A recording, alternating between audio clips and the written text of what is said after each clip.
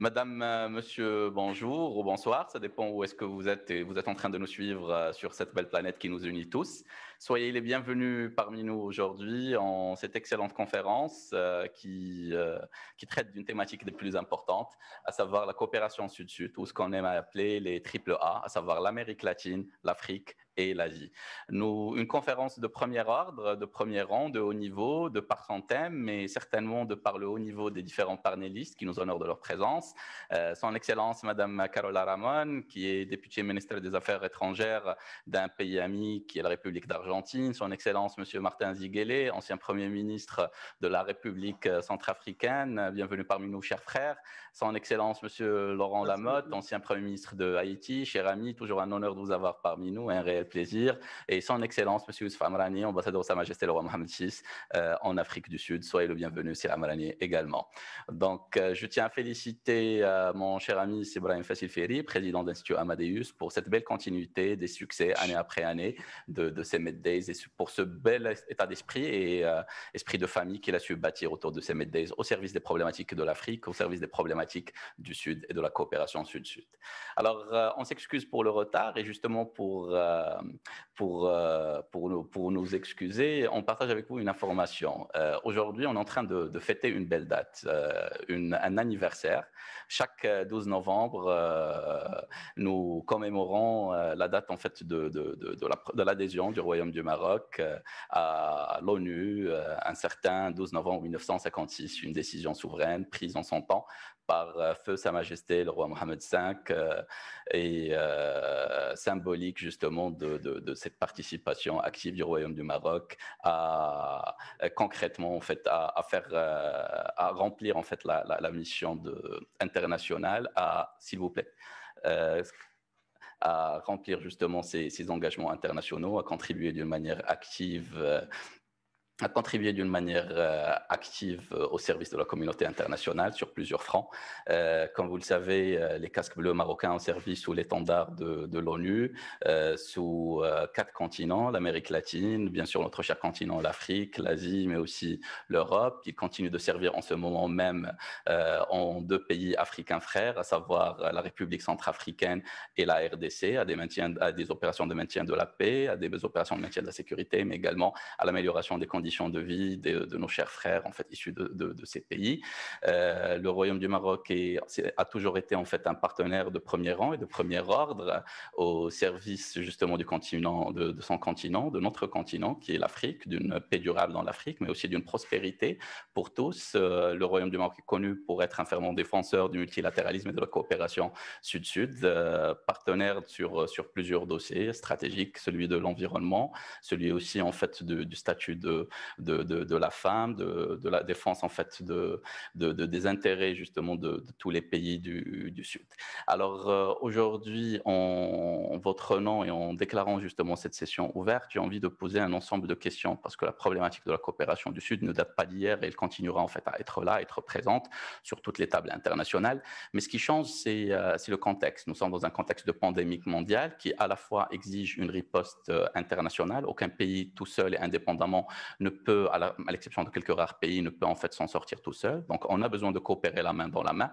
D'ailleurs, c'était le sujet d'un appel fait par le secrétaire général de l'ONU, son Excellence Monsieur Guterres, qui dit aussi pandémie, dit également une crise aussi économique, une crise économique dont on doit encore une fois de s'en sortir dans un contexte mondial où il y a une rareté, un scarce en fait des différentes ressources, notamment des ressources financières. Donc, il faut encore une fois trouver en fait de nouveaux relais de croissance et encore une fois, la coopération sud-sud elle a un rôle fondamental à jouer. Nous avons aussi remarqué au tout début de la crise qu'il y avait un ensemble de ruptures dans les chaînes de valeur mondiales, industrielles, mais aussi agroalimentaires, avec une rarification des ressources premières. Donc, encore une fois, là, une opportunité de coopération entre nos pays du Sud, notamment au sujet en fait de l'agriculture, pour ramener des investissements dans nos pays du Sud, pour profiter de l'expertise de plusieurs pays. L'Argentine est l'un des plus grands producteurs agroalimentaires du monde. Le Maroc, avec le phosphate, avec la transformation transformation en engrais a une expertise qui est là et qui est reconnue à l'échelle mondiale. La coopération entre les AAA ne peut que profiter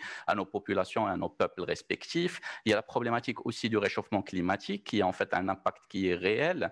Je l'ai entendu dans votre discours, cher Laurent Lamotte, Excellence, à pas mal de reprises, notamment avec la hausse du niveau de la mer et son impact en fait existentiel est très dangereux sur des pays amis et frères insulaires. Donc il faut tacler en fait cette problématique ensemble. Et ce réchauffement climatique aussi, il est un danger pour beaucoup de pays, notamment qui connaissent en fait une raréfaction des ressources de l'eau. Et on a vu justement grâce à la haute vision de Sa Majesté le roi Mohammed VI, le lancement d'une quarantaine de stations de dessalement d'eau dans les provinces du Sud, dans le cadre du nouveau programme de développement de ces régions, lancé le 7 justement novembre, en ce mois-ci, le 7 novembre 2015, c'est-à-dire tellement en fait de belles choses qu'on est en train de fêter en ce mois de novembre. On parle également aussi de gestion d'eau dans des pays qui connaissent au contraire les excès en fait de problématiques d'eau et ce qui en suit. Il y a aussi la problématique de l'électrification qui est devenue aujourd'hui un besoin humain, mais également un besoin sine qua non pour toute industrialisation, pour tout développement économique. Et pensons justement à une électricité en fait renouvelable. Et notre continent, il en a toutes les ressources, aussi bien solaires, hydriques que éoliennes, sans parler en fait d'autres types en fait de ressources d'énergie qui sont à faible impact environnemental. La coopération sud-sud, encore une fois, ne peut en sortir que gagnante, avec des pays qui ont l'expertise, d'autres qui ont les moyens et le financement, et d'autres qui sont dans le besoin. Il y a aussi le grand défi, celui du développement de nos chères populations, un défi de création d'emplois, un défi de création en fait de richesses, avec une concentration de la jeunesse en fait mondiale, du plus grand pourcentage justement de jeunes dans ce monde, dans notre hémisphère sud. Donc il est de notre devoir de créer de l'emploi, de leur donner de l'espoir, de leur donner des opportunités d'entrepreneuriat, des opportunités de croire en eux-mêmes, en leur pays, et d'aller en fait de l'avant. Mais il est aussi de notre devoir de créer en fait une industrie qui est durable, une agriculture qui est durable et du commerce qui est durable, sine qua non pour la création d'emplois durables, mesdames et messieurs. Donc tellement en fait de problématiques qu'on se doit de tacler la main dans la main, tellement en fait de défis, de beaux défis qu'on se doit de relever tous ensemble, et c'est justement pour là qu'on est réunis tous ensemble. Donc de prime abord, je me tourne vers notre cher ami, vers son Excellence Monsieur Laurent Lamotte, ancien Premier ministre de Haïti, en vous passant le bonjour Excellence et en vous passant la parole avec une question justement d'ouverture, mais en même temps une question en fait de vision. À l'homme que vous êtes, à l'homme d'État, au visionnaire que vous êtes, donc comment justement cette coopération sud-sud peut-elle en fait contribuer au développement de nos pays du Sud? Et j'oserais même une question complémentaire. De quel monde voulons-nous post-Covid? De quel monde voulons-nous pour nos enfants post-Covid, et comment cette coopération sud-sud peut contribuer à le bâtir? La parole est à vous, Excellence. Je vous remercie. Je tiens à remercier aussi l'Institut Amadeus de m'avoir invité. Comme d'habitude, c'est un rendez-vous annuel qui me va droit au cœur. C'est l'opportunité d'échanger, de discuter sur des sujets d'importance capitale. Et voilà pourquoi je salue mon ami, M. Brahim Fassifiri, et tous les membres de l'Institut Amadeus. Et je vous encourage à continuer sur ce chemin, qui est un chemin qui nous met ensemble, qui nous permet d'échanger, de parler et de comprendre ce que l'un fait dans son pays qui pourrait s'appliquer dans d'autres pays. Je tiens aussi à saluer tous les panélistes qui sont là aujourd'hui, l'ambassadeur Amrani, je tiens à saluer l'ancien Premier ministre Martin Ziguele de la Centrafrique, et je lui souhaite bonne besogne et bonne chance. Et aussi, je tiens à saluer la vice-ministre des Affaires étrangères de l'Argentine qui est sur le panel aujourd'hui avec nous. L'Argentine, c'est un pays frère et ami de la République d'Haïti. Donc, je vous salue. Nous parlons aujourd'hui de coopération sud-sud, mais la coopération sud-sud aujourd'hui fait face à un défi majeur. Je pense que les pays du Sud qui sont en général plus vulnérables, nous sommes dans une situation où il nous faut avoir plus d'intégration et plus de coopération face quand même à un monde aujourd'hui où nous voyons une montée, une poussée du nationalisme dans certaines grandes démocraties du monde. Nous voyons ce qui représente quand même un danger, j'aurais dit, pour les plus petits pays, d'ailleurs, qui ont été sous attaque verbale du président américain sortant, qui nous a traités de tous les noms, sans raison. Donc, je pense qu'il y a une chose qui nous unit, c'est la demande d'être respecté par tous. Parce que ce n'est pas parce qu'un pays est plus petit, ce n'est pas parce qu'un pays, parfois, est plus vulnérable qu'il faut lui manquer de respect. Donc, ça, c'est, en termes d'une coopération Sud-Sud, c'est le respect du Sud, des pays du Sud. Et ça, nous le demandons et nous devons l'exiger à tout le monde. Parce que, comme je l'ai dit tantôt, quand on parle de coopération Sud-Sud, pour avoir une vraie coopération Sud-Sud, il faut avoir une intégration des pays du Sud, une intégration régionale, avoir plus de débats comme ce que nous faisons là aujourd'hui. Et la technologie Zoom nous permet d'avoir cette intégration, d'avoir cette collaboration, cette solidarité un avec l'autre.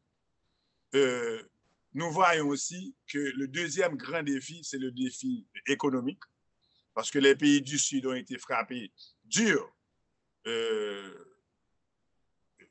avec cette pandémie. Nous voyons les impacts de perte d'emploi, perte de productivité et aussi le coût humain que cette pandémie a eu sur nos économies et sur nos pays. Donc, ceci dit, il faut avoir une approche concertée. Il faut avoir une approche étudiée pour en sortir. Parce qu'aujourd'hui, la situation dans laquelle se trouvent nos pays, que ce soit Haïti, les pays de la Caraïbe, les pays de l'Afrique, comme je l'ai dit, nous faisons tous face à cette pandémie. Certains plus que d'autres, parce que quand même, dans les pays d'Afrique et dans les pays de la Caraïbe, nous avons remarqué que cette pandémie nous a frappé avec moins d'impact que les grands pays et dans les grandes capitales à travers le monde. Nous avons été, Dieu nous a épargnés. Et ça, il faut vraiment le dire, parce que ça aurait pu être beaucoup plus catastrophique. Bien entendu, perdre une vie, c'est une vie de trop, mais compte tenu de l'impact sanitaire que ça a eu dans le monde, je pense que nos pays ont été largement épargnés. Le deuxième défi, c'est le défi sanitaire. Donc, ceci dit, et là, il faut saluer la contribution de Cuba dans le partage et la solidarité avec les autres pays. Parce que si nous voyons ce qui a été fait, par exemple, dans mon pays, en Haïti, il y a plus de 1000 médecins cubains qui aident à combattre. Bien entendu, ils le font depuis plusieurs années, mais ils le font dans les zones les plus reculées. Donc là, on parle de modèles concrets de coopération Sud-Sud. Ça, c'est un modèle de réussite. C'est un modèle vraiment singulier, un modèle simple et sans rien demander en retour. Ça, c'est le plus important. Et parfois, les médecins vivent dans des conditions difficiles. Ils sont rémunérés vraiment avec des salaires qui sont très, très bas. Et ils le font pour aider les plus vulnérables. Donc, nous avons eu des cas d'infection de la pandémie, nous avons d'autres cas d'infection, mais cette coopération nous permet, avec plus de 1000 médecins, de tacler ces problèmes de manière beaucoup plus efficace et efficiente. Et aussi de montrer que deux peuples, que deux nations sœurs peuvent se parler l'une avec l'autre et aider l'une vers l'autre à travers principalement de ces outils dans le domaine sanitaire. Donc, nous avons plus de 1000 médecins. Il y a des cliniques qui ont été construites à travers des coopérations tripartites. Donc, ceci nous aide énormément aujourd'hui. Parce que quand nous voyons l'impact que ça aurait pu avoir, et maintenant, avec les mesures barrières qui sont prises, avec aussi le modèle que nous voyons dans des pays voisins, des pays du Sud, quand nous voyons ce que le Maroc a fait dans son combat permanent et continu contre cette pandémie. Donc, nous autres, les pays de la Caraïbe, c'est un modèle à suivre. Et je vois même que dans la perspective d'un vaccin, le Maroc planifie déjà d'administrer ce vaccin de manière nationale. Donc là, c'est déjà des étapes concrètes qui se font pour lutter dans un monde post-Covid. Le monde post-Covid nous a montré aussi, nous a permis de voir qu'il est important de former notre population à l'ère digitale. Parce qu'aujourd'hui, les barrières sont cassées.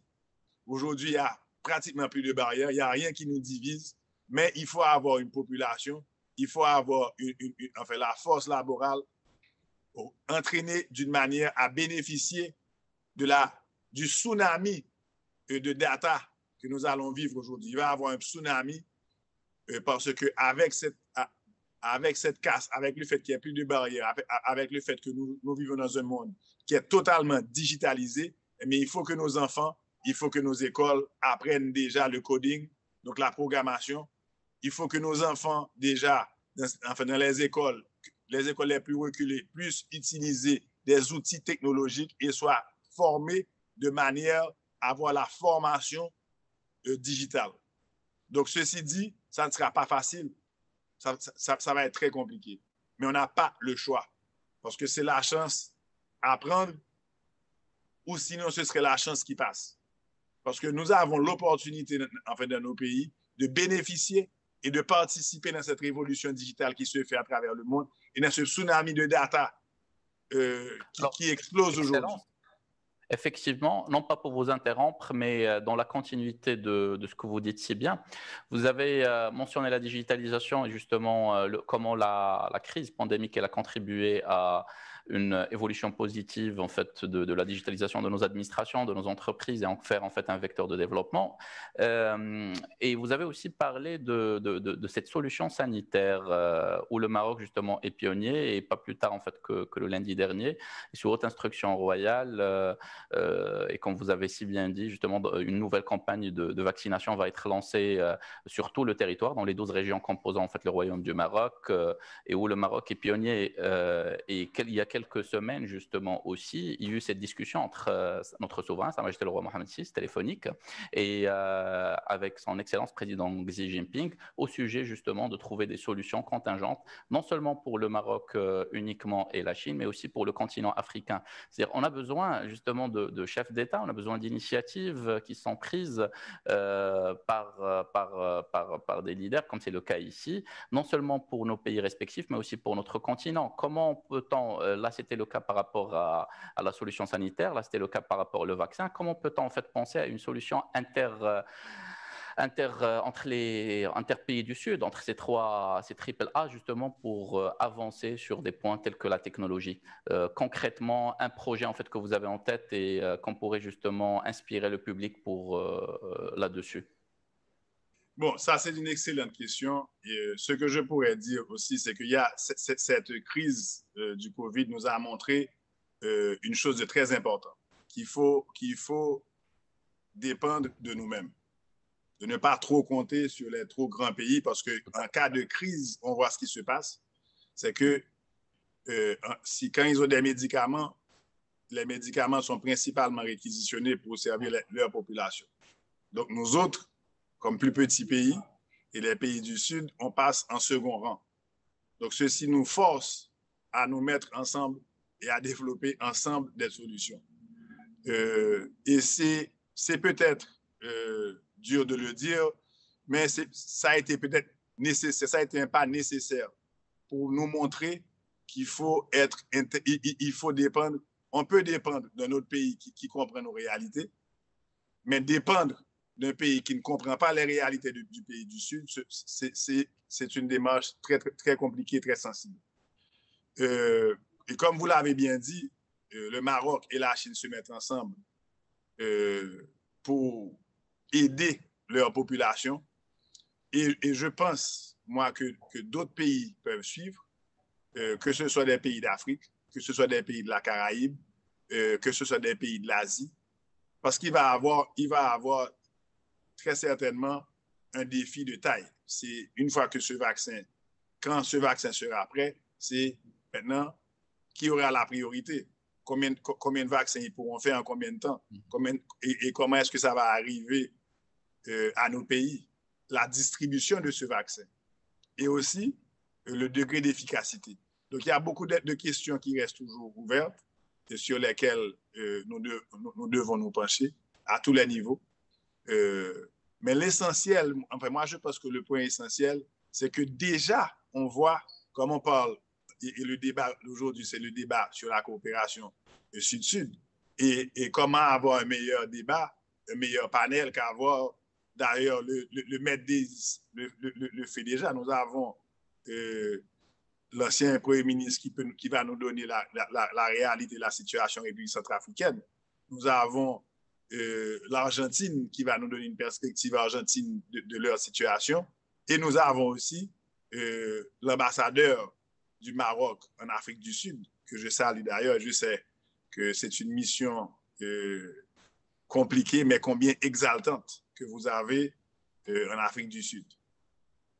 Mais tout ça pour dire que moi, j'apprécie énormément ce dialogue que nous avons aujourd'hui qui nous permet d'échanger et qui nous permet de savoir qu'est-ce qui marche concrètement, qu'est-ce qu'on peut faire. Là, par exemple, il y a beaucoup de pays au monde qui ne savent pas que le Maroc, aujourd'hui, a déjà pris l'initiative de pratiquement d'avoir ce vaccin sur l'échelle nationale dans le royaume. Il y a beaucoup de gens qui ne le savent pas, qui vont le savoir aujourd'hui à partir de cette conférence.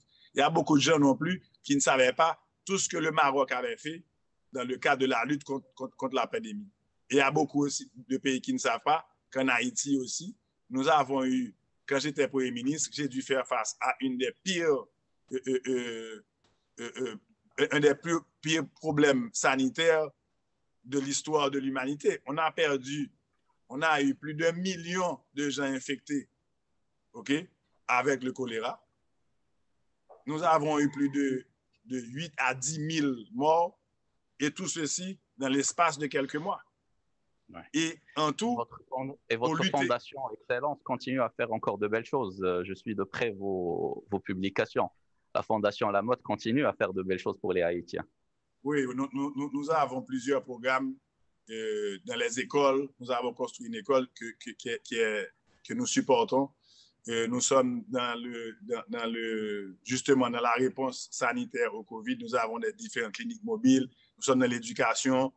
Nous sommes aussi dans la formation jeune, dans les jeunes entrepreneurs. Donc, alors justement, j'essaie de faire le pont, cher ami et grand frère, Monsieur Lamotte. J'essaie de faire le pont. On a avec nous Monsieur Martin Ziguélé. Vous l'avez mentionné à 2 reprises dans votre excellent speech.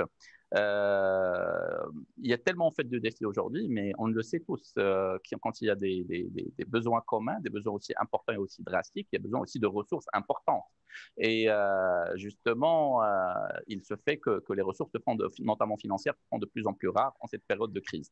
Alors, je me tourne vers notre cher grand frère et ami, M. Martin Ziguélé, ancien Premier ministre de la République centrafricaine. Un plaisir toujours de vous revoir, même virtuellement. Et je rappelle à ceux qui ne le savent pas que vous êtes aussi président de la commission finances et plans de l'Assemblée générale, justement, de Centrafrique.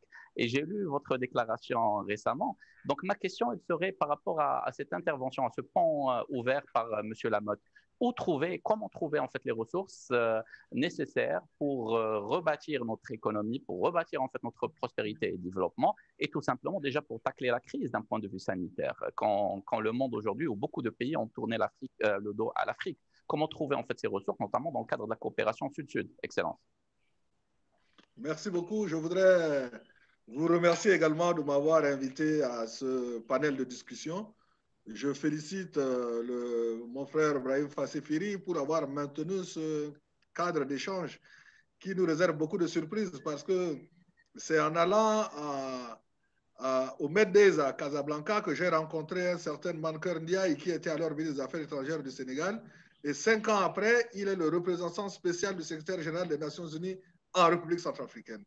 Donc, ça veut dire que Brahim Fassifiri a permis la connaissance de beaucoup de personnes venant de beaucoup de continents, en commençant par l'Afrique.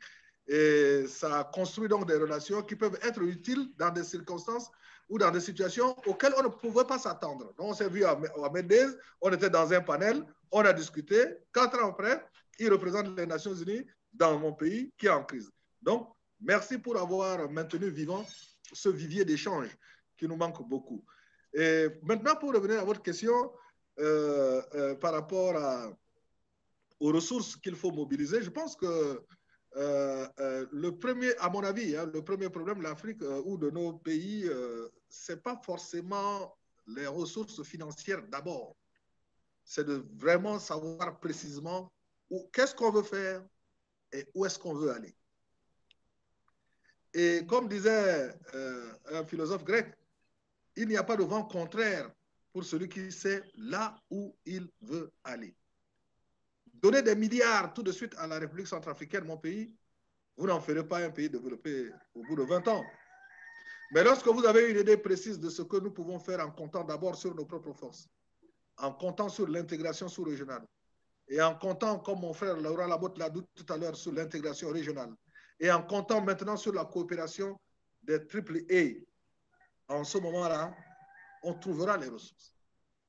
Parce que nos problèmes sont des problèmes qui sont basiques. Pendant que vous aviez lancé cette visioconférence, vous avez vu que j'ai disparu pendant 3 minutes. J'ai disparu pendant 3 minutes parce qu'il y a eu coupure d'électricité ici. Et nous sommes dans un pays où il pleut 8 mois sur 12 dans l'année. Et nous n'avons pas de courant. Nous n'avons pas d'énergie.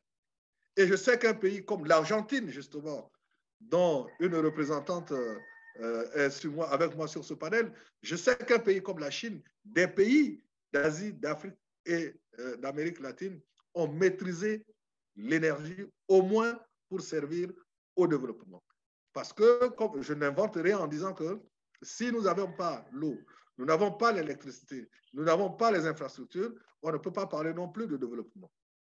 Et donc, nos problèmes sont parfois très basiques. Maintenant, remontons au financement.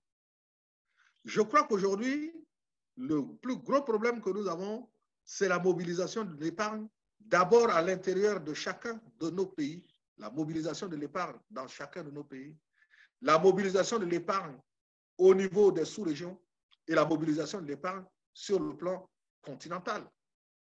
Et quand je parle de mobilisation de l'épargne, je parle bien de la mobilisation de l'épargne publique que de l'épargne privée. Parce que c'est l'épargne qui permet de financer à long terme le développement par les différents canaux que nous pouvons imaginer. Naturellement, il y a l'aide publique au développement, mais tout le monde sait depuis très longtemps que l'aide publique au développement, si elle permet de construire un certain nombre d'infrastructures, elle ne peut pas se substituer à tout ce vaisseau sanguin d'investissement qui doivent irriguer l'économie de nos pays pour permettre, n'est-ce pas, de produire les richesses, de produire les biens et les services dont nous avons besoin pour effectivement être résistants, résilients. Donc ça, c'est le premier point. Et le deuxième point, c'est que pour ce qui concerne particulièrement l'Afrique, et là, j'aurais peut-être la dent un peu dure, ce n'est pas les ressources qui nous manquent.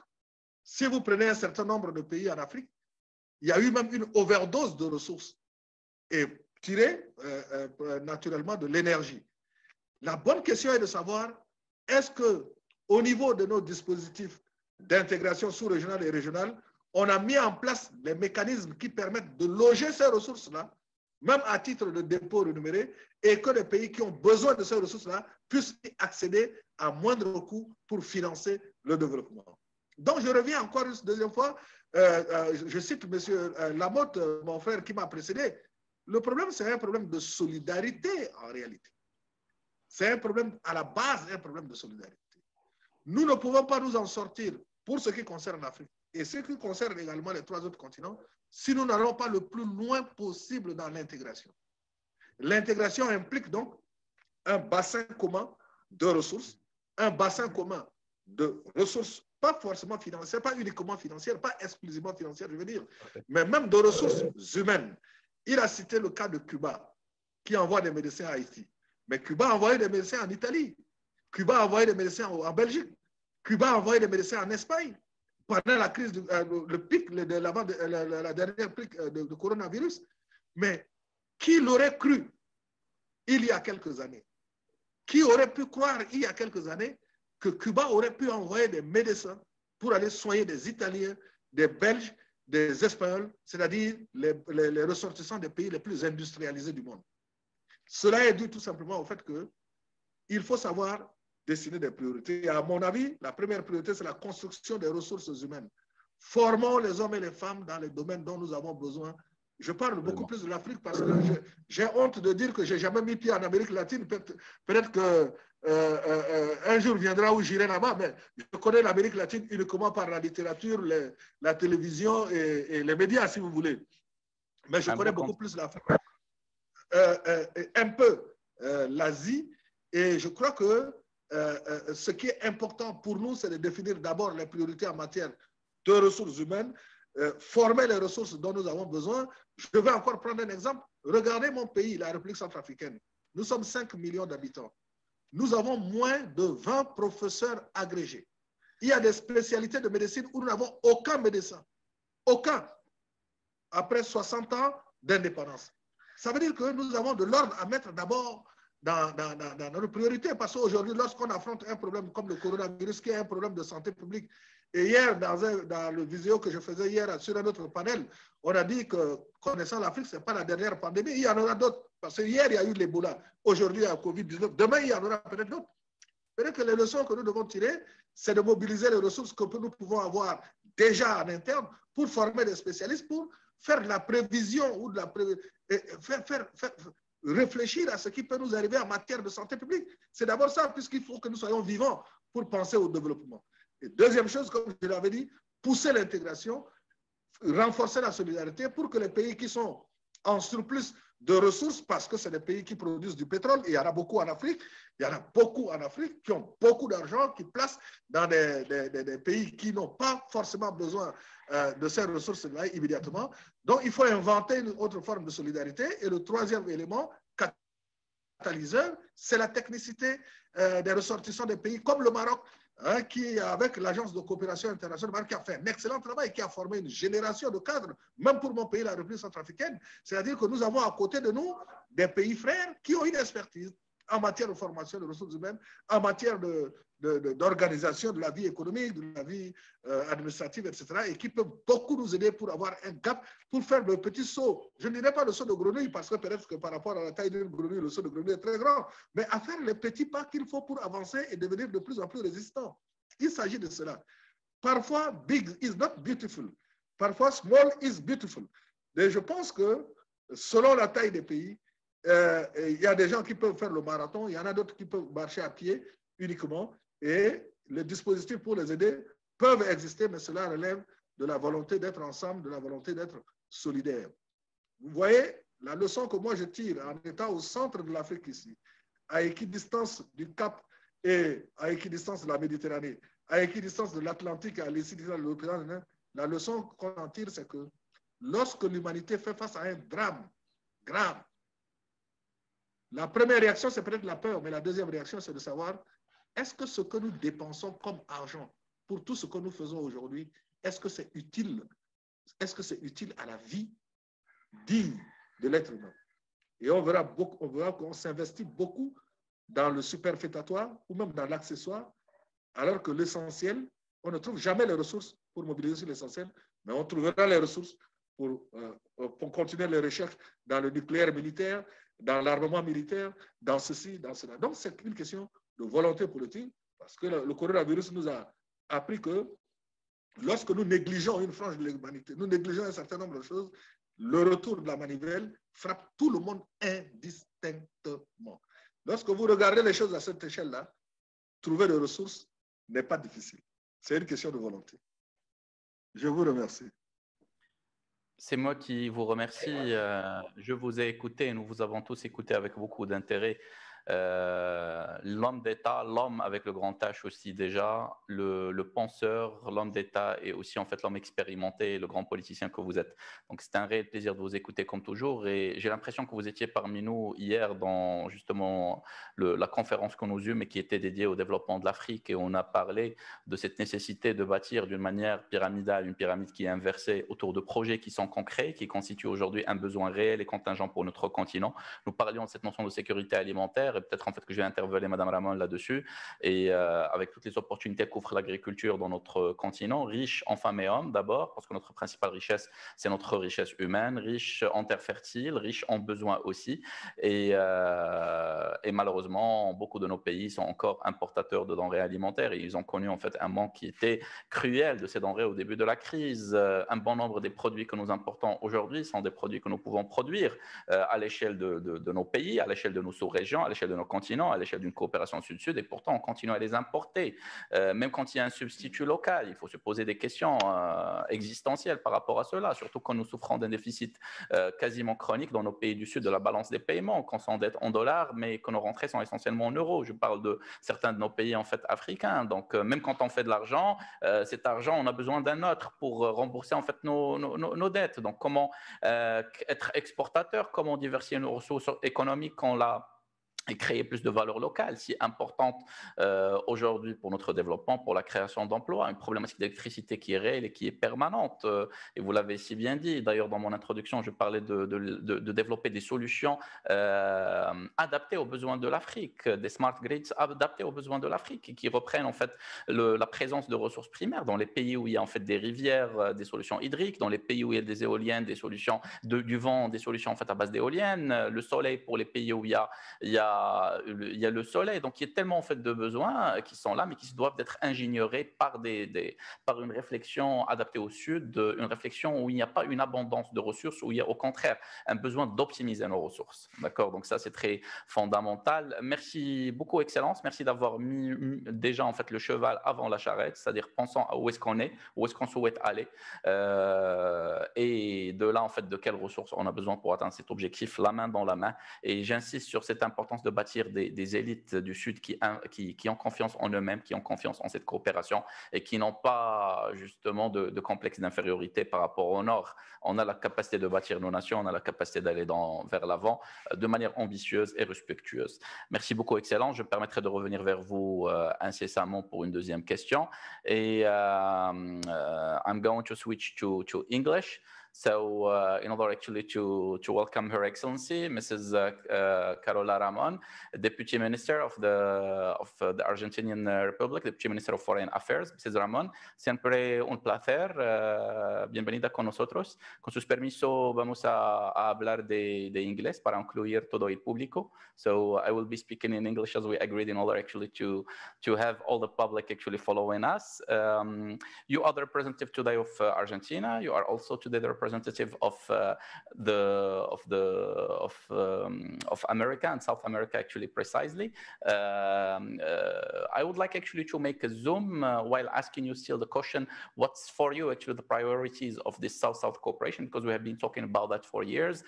Our countries, Morocco, Argentina, but also Haiti and South Africa are known actually for encouraging multilateralism. But so far, actually, in the field, what will be actually the priorities of this South-South cooperation for you? Second thing, and to stay in the same trend, like Prime Minister Ziguele and Prime Minister Lamotte mentioned, it's very important to talk about specific projects. And we all know that Argentina is one of the biggest actual producers of agriculture in the world. How can we cooperate actually together in order to enhance the productivity of Africa in terms of food, in terms of agriculture? The floor is yours, madam.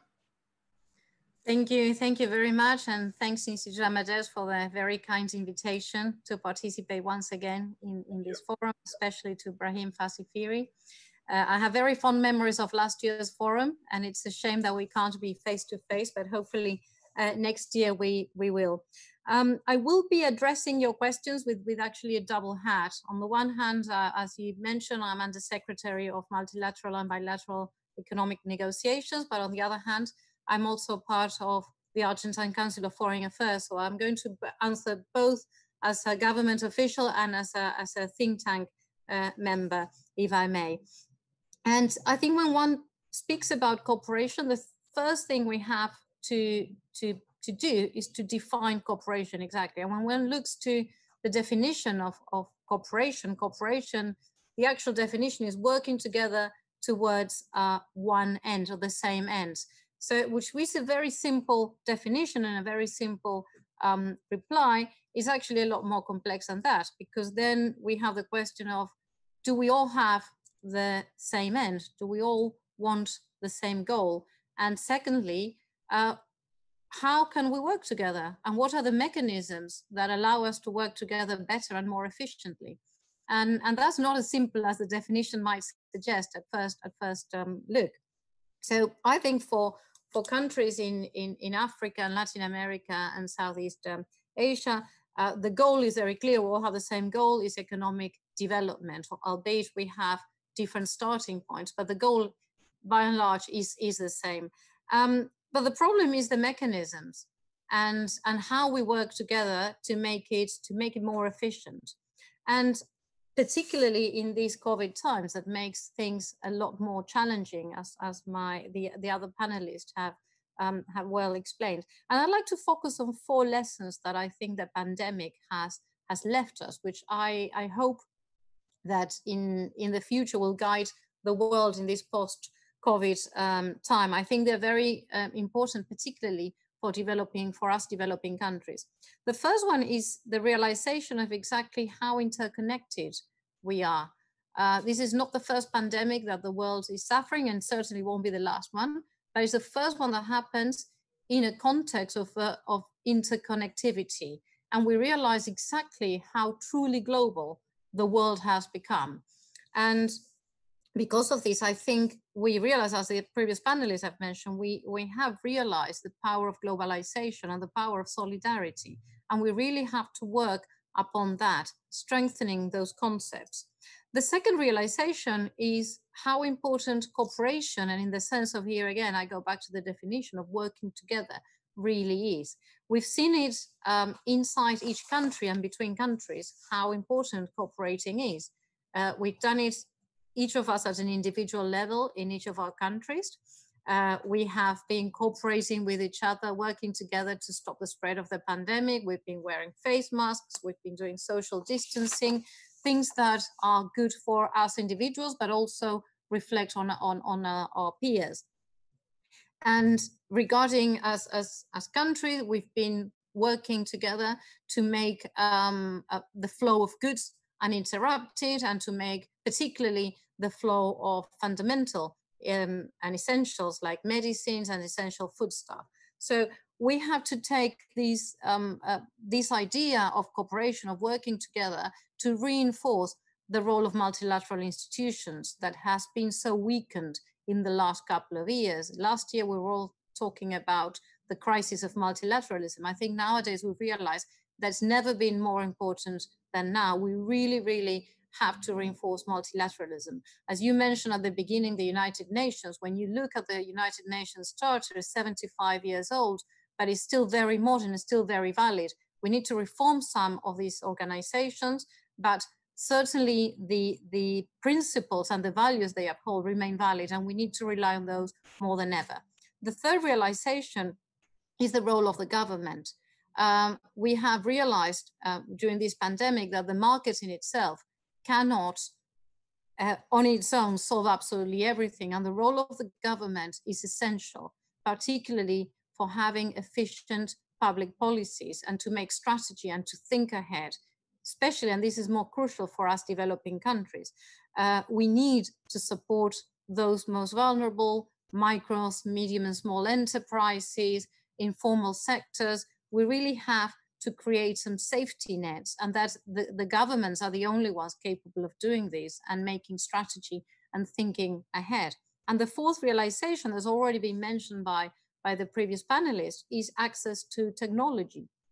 Last year, I remember in the forum, there was a lot of talk about African integration and physical connectivity. I mean, digital connectivity was already there and we could see the trend easily, but during the pandemic, we realized that the only way we could move forward was by relying on technology access. We still can meet, we can do this forum, we can educate ourselves, we can educate others, we can carry on working, but this is a big issue for developing countries. We need to put focus on access to technology. We need to make sure that everyone, even in the most remote areas, has access to technology so that we leave no one behind. Is the only way we can have a balanced and inclusive development for our societies. So going back to the definition I made of originally of cooperation, working together to the same end, as I said, the end of us is obviously development. We still agree on that. It's going to be more crucial after the pandemic because we're in a much worse position, all of us. IMF estimates say that in average, the world will decrease 4.4% in its growth, with some countries obviously more than others. In fact, in Latin America, this estimate is about 8%, and it's even worse for Argentina, which was already in a feeble position before. So we really have to take these ideas of collaboration, of reinforcing multilateral institutions to have better public policies and more digital infrastructure and adapt to this changing and new situation. I think we face many challenges and we need to act as quick as possible. And you mentioned also, I think there's a huge role for, and this is where I get the hat of the think tanks. I think there's a huge role for think tanks.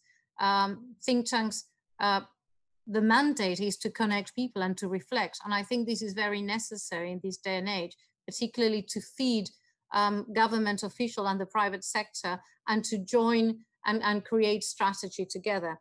You did mention also the agriculture and the role of Argentina. We in the government, as Under Secretary of Economic Negotiations, we are giving a huge priority to cooperation, in particularly with Africa. We think that we all, as I said before, our common goal is to develop, but we understand we all have different development models. And you mentioned the session yesterday, we all have our own development models, and we have to respect those development models. We have to respect the different circumstances, resources, starting points, historical aspect, cultural, that we all face, and find each owns our own models of development. And in this sense, we think food security and sharing know-how. Argentina not only exports food, but exports technology, exports agricultural technology. And we think that's the key in South-South cooperation, the technological tools and expertise that will allow other countries to find their own food security and their own development models. And we think that's essential. As I said, collaboration and cooperation will be vital in the post-COVID world. And I can't stress this enough. And I think I'm going to end here, and I'm going to talk about the role of the think tanks if you allow me in a further question. Thank you.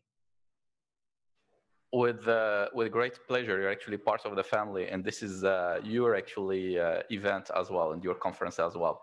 So what is really interesting, Donna Ramon, in your presentation and in your rich presentation is 2 points. You talked with the high vision actually of the governmental official, but you talked also with the knowledge of the technician of the field, and it's very important, something that is becoming very rare today. You talked about knowledge, and knowledge is respect. The problem is that many of our countries of the South don't know each other. You see people in our countries that speak 7 languages, but none of the dialects of their own continents. Okay, and this is a true problem. Whenever we are speaking about examples, we will give examples from foreign, nations. This is completely normal. It's about where the focus is, and the focus is right in the north. I remember some years ago, and we talked about that actually before. I had the honor of co-leading an official mission, an economic mission to Argentina. And it went actually extremely well. Results were brilliant. But at the end of the day, there was another mission next door in the same hotel, and we had a discussion. And the people knew all the numbers, and I mean all the numbers about Argentina, about the growth, about the details, about the market. But you know what? They never read anything from Borges. They never listened actually to good tango music in their life or danced it, and they don't know what a gaucho is. You know, and when I'm saying this, because I got inspired by what is behind you, you know, I always actually allow a lot of attention to the speakers around me. There is art and there is family, there is people and there is art, and that's very important. Development is about people. Development, co-development is about people, respect is about people, and we need to develop that. We need to market this knowledge between our nations, between our continents. We need also to give the better image of ourselves. You know, sometimes people know more about New York in details, what Yellow Cab is, what the culture is, the name of the streets are, even though they never went to New York, and they don't know anything about the country that is next door. So this is something that is fundamental, and we need to break the bridges and build bridges actually between our nations. And culture is very important because it's the difference between South-South cooperation and international cooperation is that it's based on mutual respect.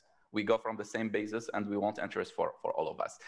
Think you very much. Really actually enjoyed listening to you. It will be a pleasure to get back to you with your second hat as a president actually of Think Tank. And at this level, I'm turning, if we may say turning actually, to His Excellency Ambassador Youssef Amrani. And I will be asking the question with your permission in French.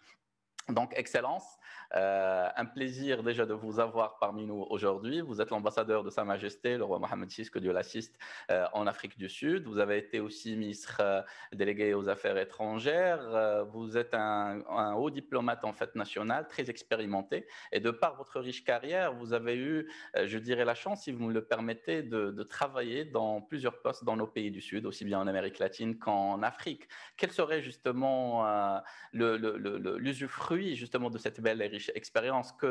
Quelle piste devrions-nous suivre pour réussir ce défi de la coopération au Sud-Sud, aussi bien en temps de pandémie que post-pandémie, Excellence?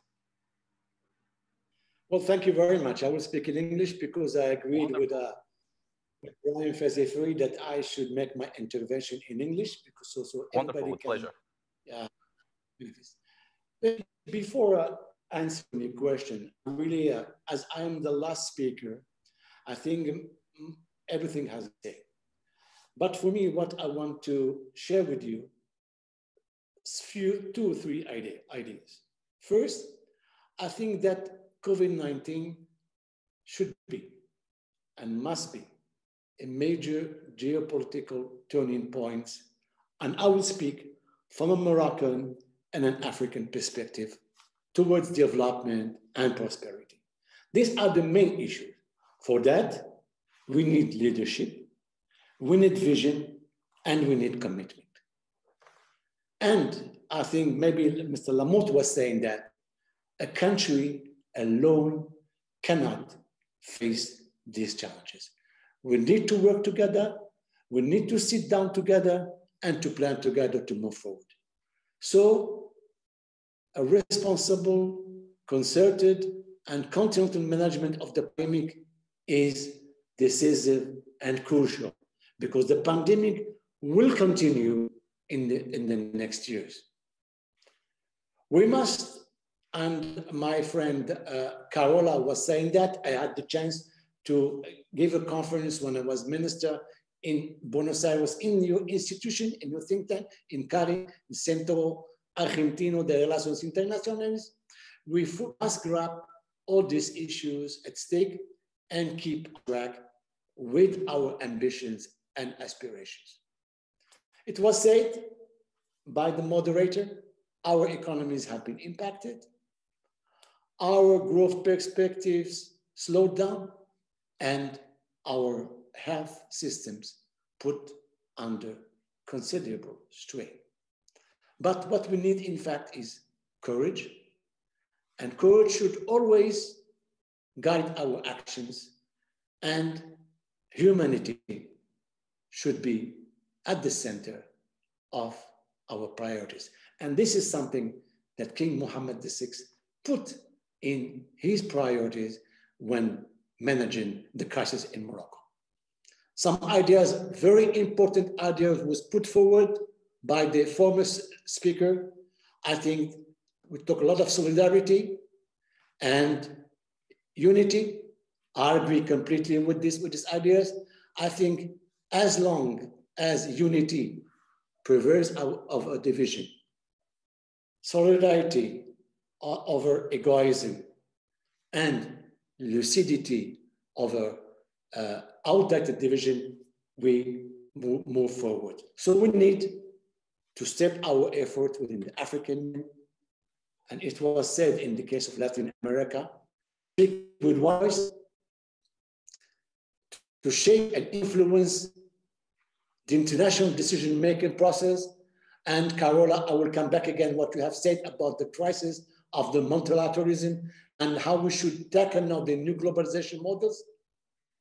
We need to gather our respective energies to become the driving forces for continent, as far as continents, Africa, to achieve progress only, and I will be very clear, with no taboos, with no complex. We need to invest in our people, and it was said. Investment should be primarily focused on accelerating job creation, it was said. Facilitating sustainable employment. So what are the new instruments we need?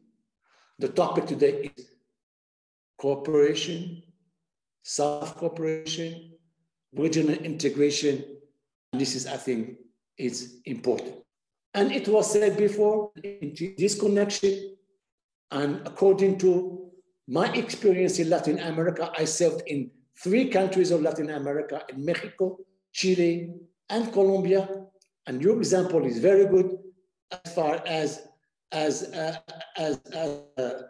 regional integration. I think we should, like you in Latin America, rely on our own capacities to move forward, because we need new instruments, and be very clear also, social justice, good governance, and democracy. We haven't talked today about peace and security, which is essential. And as in Africa, we need, again, to build up a safe and prosperous Africa and stable Africa. It was also said, and I think it is a very, very important issue, health. And health could be one of the most valuable outcomes of this crisis for us as Africans and even us Latin Americans, which is not only a stigma, but an opportunity. And today I think we should mobilize and work towards. Now, my second point, and I'll be very briefly, is the coronavirus challenges on the functioning of globalizations model. And Carola said that multilateralism as a community of values and solidarity has revealed its shortcomings. Today, unfortunately, the instruments are not at the level of our attention, whether it is the Security WTO, WAH, are not working, are not bringing the added value we need that.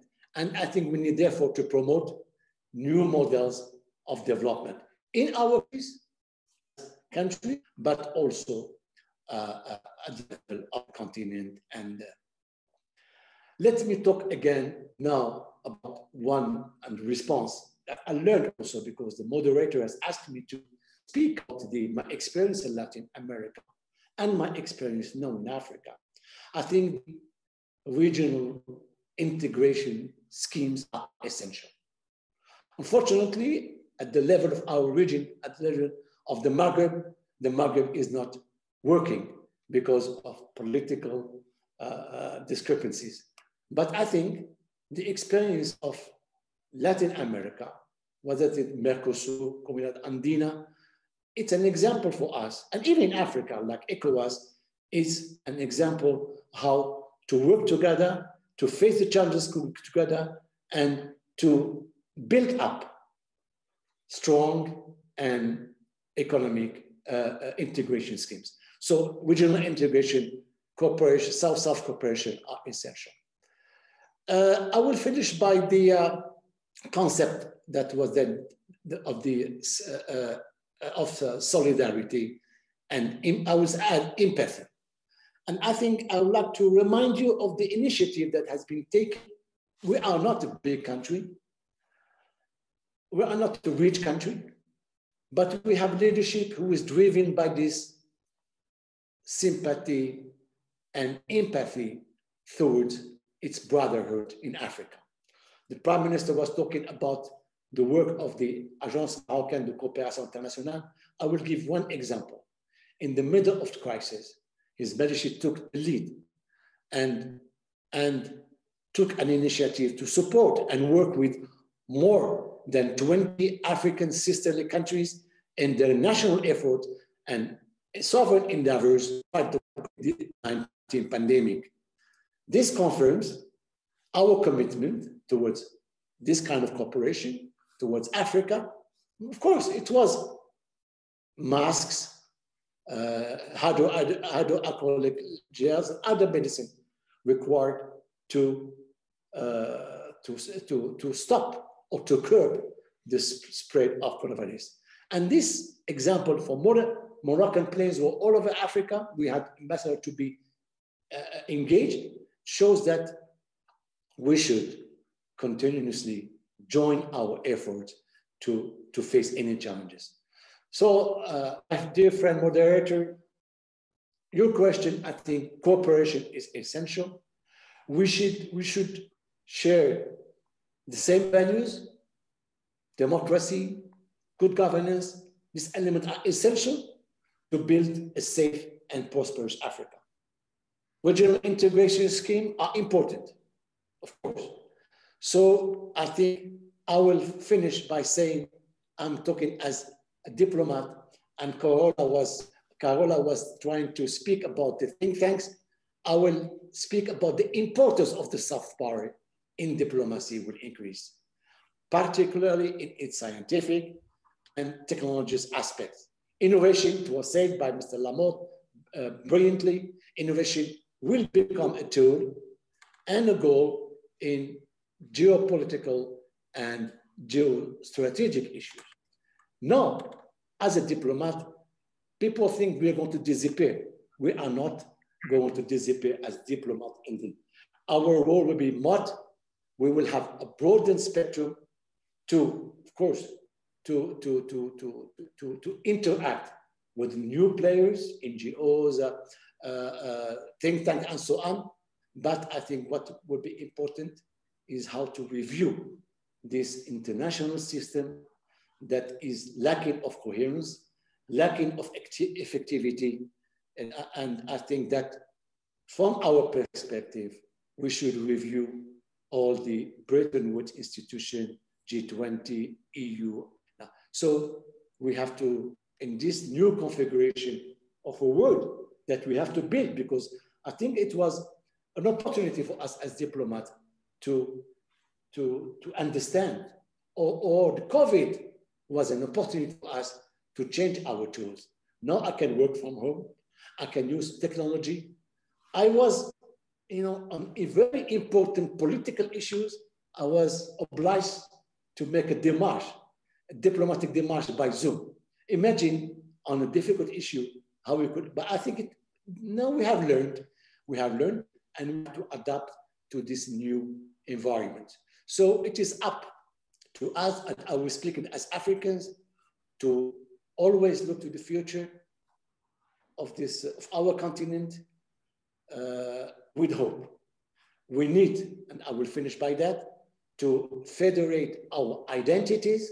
It's very important, and mobilize our forces. As I was saying in the beginning, one country alone cannot fight all the challenges. We need responsibility, we need commitment, and it is our duty as diplomats, to work to find the real solutions. Cooperation, mutual understanding, shared values are the pillars of tomorrow's world. And thank you very much. This is the message. You're welcome. Thank you, Your Excellency. Thank you, Mr. Ambassador, Mr. Amrani, and dear friends, Youssef. Thank you for this excellent encourage around the most important, that is human beings. We all remain united by belonging actually to mankind.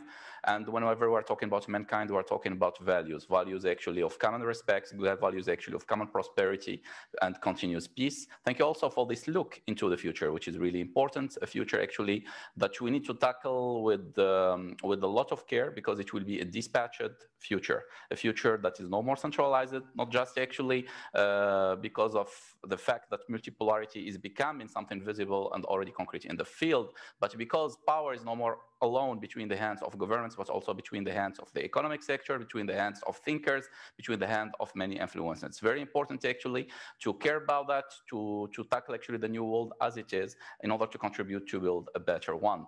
Thank you also for building the bridge with what our dear friend Mrs. Ramon was saying. And I will return back actually to Mr. Lamotte, if he's still with us. Monsieur Lamotte, Excellence.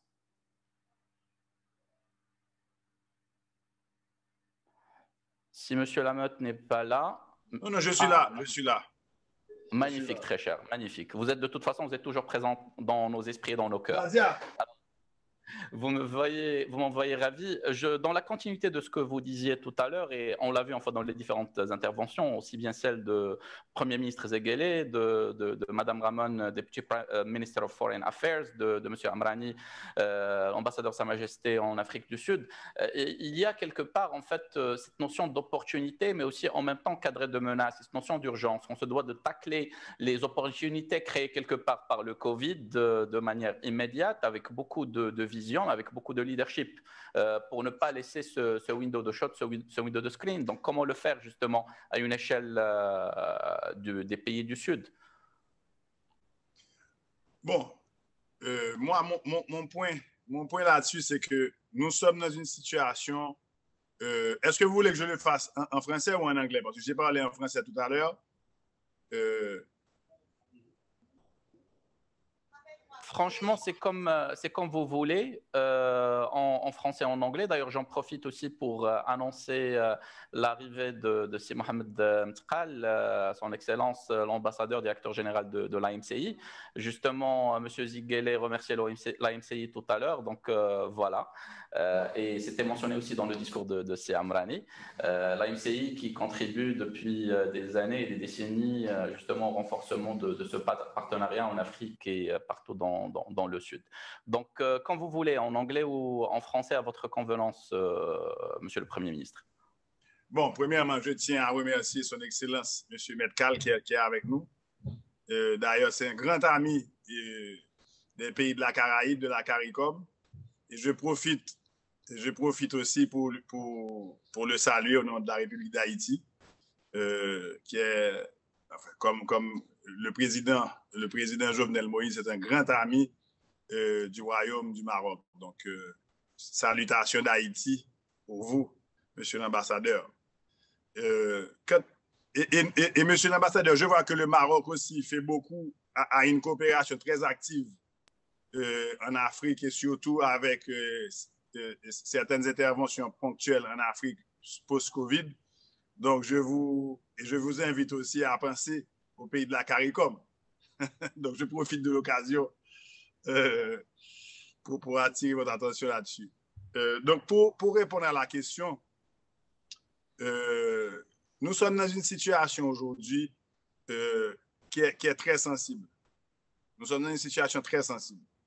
Nous sommes dans une situation où, si vous remarquez bien, le monde est en train de changer sur nous.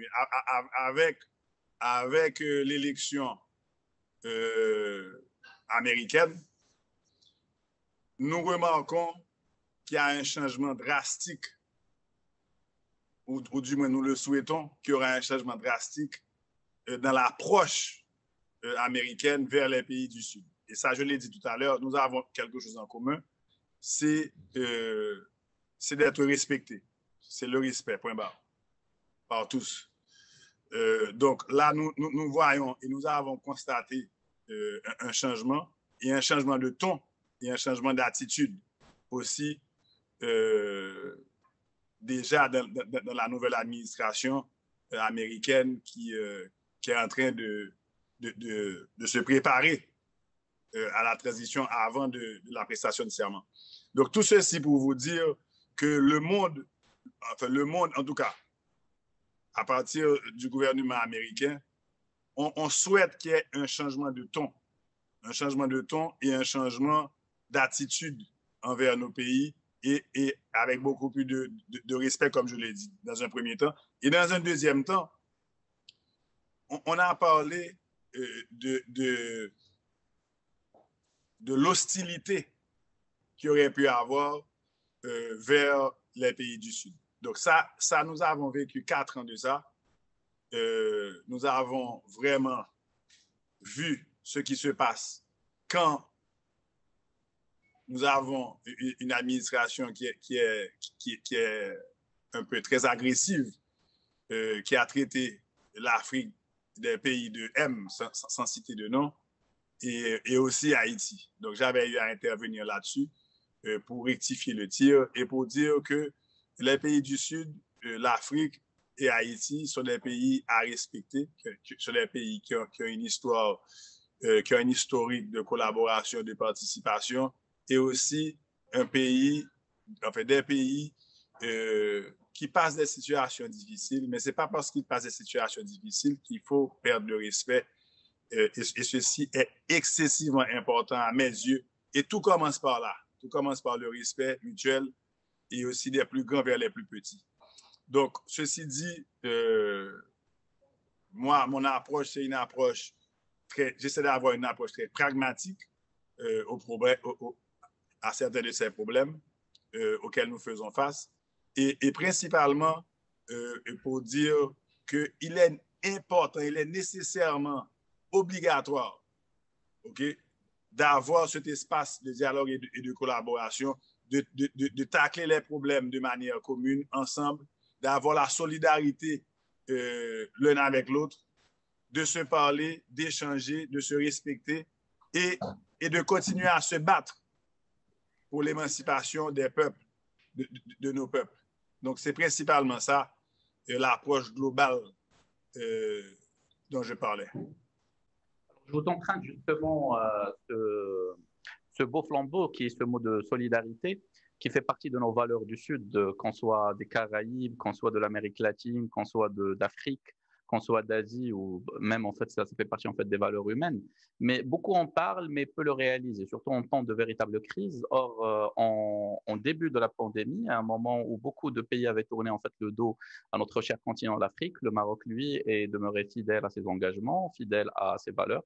Et on témoigne, si besoin, il y a de témoignages, l'initiative de Sa Majesté le Roi Mohammed VI, que Dieu l'assiste, qui a été lancée lors d'une discussion téléphonique avec leur Excellence, le président sénégalais, M. Macky Sall, et son Excellence, président Ouattara de Côte d'Ivoire, justement pour lancer une approche panafricaine, afro-africaine, adaptée aux besoins de l'Afrique, pour tacler la crise la main dans la main. Quelques semaines seulement après, passer de la vision à la concrétisation, et d'ailleurs ça fait partie des valeurs marocaines et de l'histoire, mais aussi du futur de notre pays, de passer toujours d'une vision à une cristallisation réelle sur le terrain.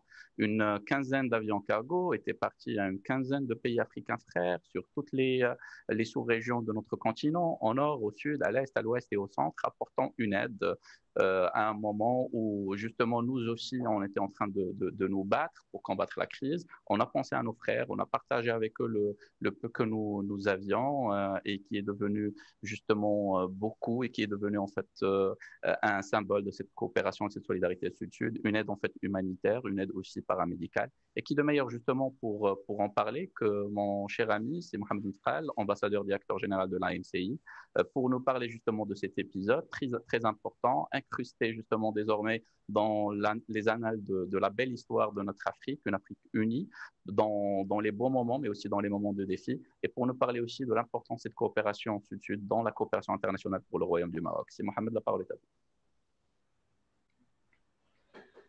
Merci pour Et je saisis cette occasion pour saluer tous mes confrères qui se retrouvent dans les différentes régions du monde dans le cadre de ce panel d'aujourd'hui. Donc, tout d'abord, toutes mes excuses d'être arrivé en retard. J'étais pris par un engagement qui a débordé.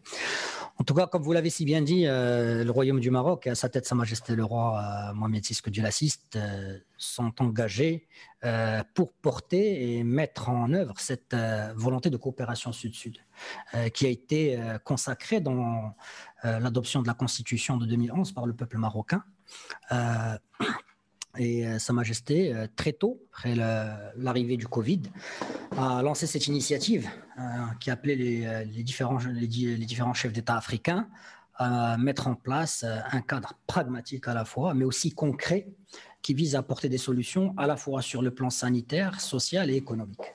Et c'est dans cette orientation-là que Sa Majesté le Roi Mohamed VI a donné cette haute instruction dès le début du mois de juin pour que plus d'une vingtaine de pays frères africains soient accompagnés dans le renforcement de leurs efforts à faire face à cette pandémie en apportant un don humanitaire du Royaume du Maroc conçu avec des produits 100% Made in Morocco. Et ça aussi, c'est cette spécificité de dire, de mettre en exergue ce slogan que Sa Majesté a toujours veillé à mettre en œuvre de l'Afrique doit faire confiance à l'Afrique, un discours d'Abidjan, février 2014. Donc, en effet, plus dans le détail, c'est 28 avions Royal Air Maroc qui ont été mobilisés sur 10 jours, plus d'une quinzaine de pays, 22 pays précisément. Plus de 10 millions de masques ont été mis à disposition des pays amis, 800 000 visières, 1 million 40 000 charlottes, pratiquement 100 000 boîtes de chloroquine, de l'azithromycine, qui sont le protocole qui a fait ses preuves à l'échelle africaine en étant le plus adapté pour se soigner quand on est touché par le Covid. Et donc, cette initiative royale a permis donc à l'ensemble de ces pays d'affronter les difficultés sur le plan sanitaire et aussi de renforcer leurs efforts dans le cadre de cette gestion. Le Covid-19 je dirais, pour basculer un peu plus sur, je pense, les autres thématiques que vous avez parcourues. En effet, comme l'a dit l'ambassadeur de Sa Majesté en Afrique du Sud, a chamboulé les chaînes de production. Donc oui, cette période peut être vue comme une opportunité pour reconfigurer les chaînes de valeur et que les différents pays puissent se positionner pour capter des partie donc, de ces chaînes de valeur-là à travers de la colocalisation.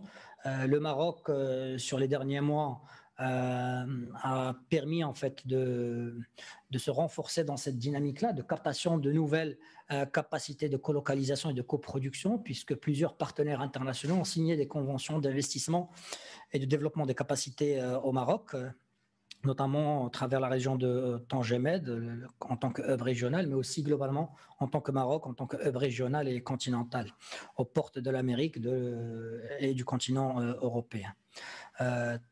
Autre dimension aussi, et nous l'avons vu, c'est que tous les pays se sont mis à renforcer leur secteur sanitaire, et c'est dans cet esprit aussi que le Maroc, sous les hautes directives de Sa Majesté le Roi, très tôt a mis en application les instructions de Sa Majesté qui visaient à renforcer le secteur sanitaire en termes d'infrastructures sanitaires, donc en doublant la capacité des lits d'hôpitaux dans les réanimations, mais aussi tout en équipant l'ensemble des CHU qui sont en construction et aussi accélérer la livraison finale des CHU qui sont en cours de construction.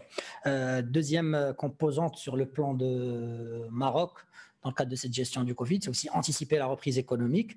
Et donc là aussi, Sa Majesté Mohamed VI a lancé lors du dernier discours un plan d'investissement colossal, massif. On parle de 120 milliards de dirhams d'investissement public. C'est à peu près 12 milliards d'euros qui seront investis dans les différents secteurs de manière à développer des projets pour les générations futures, mais aussi avoir une meilleure allocation en termes de développement de partenariats publics-privés et donc accompagner le secteur privé à être de manière plus forte et plus diversifiée dans cet tissu économique marocain. Donc la crise est une crise, mais de la perspective marocaine, elle peut être mise et exploitée en tant qu'opportunité de se réinventer, d'être innovant, mais aussi développer des solutions qui peuvent être partagées avec l'ensemble des pays frères, comme je l'ai souligné au début.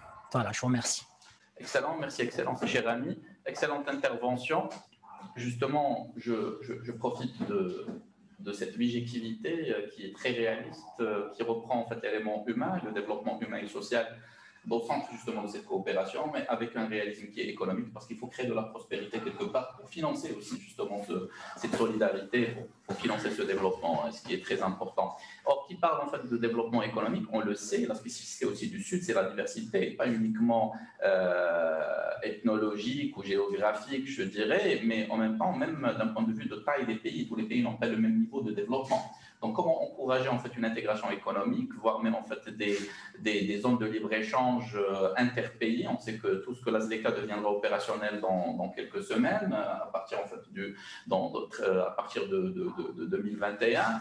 Donc, comment contribuer quelque part à cette accélération d'intégration économique? C'est essentiel, c'est important pour nos pays du Sud, tout en préservant l'intérêt il n'y a pas de petites nations, mais des nations à faible encore potentiel économique. Comment accompagner ces nations-là également vers la voie de la prospérité dans le cadre de cette coopération? C'est une question en fait que je vais poser, soit c'est à Amrani, soit à Madame Ramon qui voudrait la prendre. Thank you. Yes, I think I'm going to go back to what you mentioned before, which was the importance of getting to know each other and understanding exactly what each of us really need to find our own models of development. Because for a lot of people in Africa, Latin America, it's all the same. And for a lot of people in Latin America, all African countries are the same. We don't really understand the different languages, the different histories, etc. And I think that's a key issue to really put focus on the differences between us and how Mr. Amrani was mentioning for instance, integration schemes. I think it's vital to understand first to rely on our integration schemes because they are essential for us to perform some better cooperation between the regions. But integration schemes, for instance, we're having at CARI, Amrani was mentioning the CARI, well, we're having a seminar next month about comparing integration schemes between Africa and Latin America, because we think it's important to look at why we're different, but what things we have in common and what are our common objectives despite our many differences. And going back to what I mentioned before, I think a big key of understanding these differences, it's the role of the think tanks in these, because we do need to interact more between public, private and academic sector. That's essential in order to have good strategy. Public government officials can gain a lot of insight by having academics and think tanks feed them information and analysis and research. And also government officials and private sector can benefit a lot from talking to them. It's this interaction. And we saw it in many countries in Asia that have benefited a lot in the 70s and 80s in development from interacting with all three sectors. And I think in that sense, I think that's a huge role. And also it's what think tanks have been doing always, is the role of think tanks. They're pioneers in networking and sharing ideas. And I repeat what I said before, getting to know each other is vital, because then we can understand if, despite Argentina, as you said, being a large agro-exporting country, we still have technology for smaller enterprises and for smaller producers that can benefit some smaller countries in Africa, let's say. So, but if we don't understand, if we just see the whole region as a big whole and we don't see the differences between the countries, it's impossible. It's a conversation that, between deaf people, So we really need to reinforce those links.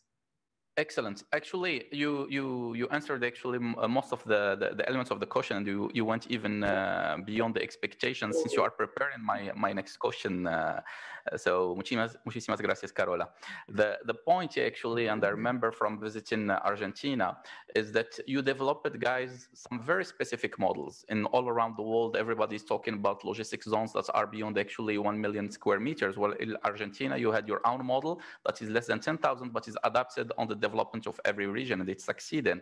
While everybody actually was speaking about Argentina as, yes, one of the biggest producers of agriculture in the world, Argentina is also actually today developing startups, developing technology, and emerging as a center actually of programming and artificial intelligence. So I believe it's very important, as you mentioned so well, to develop this mutual understanding and knowledge between our countries, because respect is there, will to work hand in hand in their relations between Argentina and Morocco are idyllic and perfect actually model of cooperation. In the same time, we need to develop actually and market this kind of good practices around us, and to build trust, because some countries might be afraid of seeing actually giant in agriculture, as I mentioned before, or giant in mining like other countries and so on that they have in mind come into their countries, while in reality you can start with small projects that we can deliver, because it's very important to deliver right now. It's not about announcing huge actually projects, it's about making projects we can deliver, and then we go scalability up. So that's why I loved actually your answer, and we all enjoyed it because you even prepared the next question. So automatically, Yusuf Amrani. Yes, thank you very much. I will try to, in this timeline, but to intervene in two dimensions, regional and national. Political dialogue between our countries, as well as economic integration, free trade, interconnection of networks, would not only contribute to the stability of one region. In the case of the Maghreb, for example, it will help the Maghreb to get more integrated, but also to contribute to the stability of the Sahel, but also to the north along the Mediterranean. Because we all, at the end of the day, we are all faced with the same challenges: migration, terrorism, and climate change. So as Carola was saying, and I have this experience in Latin America, the conclusion is evident. The integration represents a strategic necessity and a political ambition for all countries. It reflects also, and it is the topic today, a prerequisite for the creation of a common market and a competitive pole of development. And I think what is important, and the message I want to leave here, we need to turn the pages of ideological and work together to overcome our differences if we have, and build up a common future based on shared prosperity and values. And I'm sure that the result will be outstanding for all of us. Now, at the level, at national level, Ambassador Metkal was, and I'd like to say hello to him, he's my good friend and my colleague. He outlined what Morocco is doing. But I want to add only one thing, is the model of development.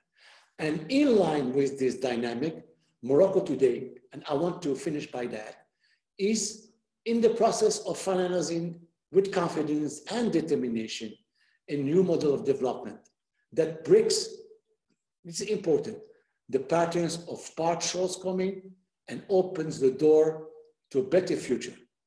Of course, we have to become a haven of coexistence between culture, between values, open to modernity, and this is what distinguishes Morocco.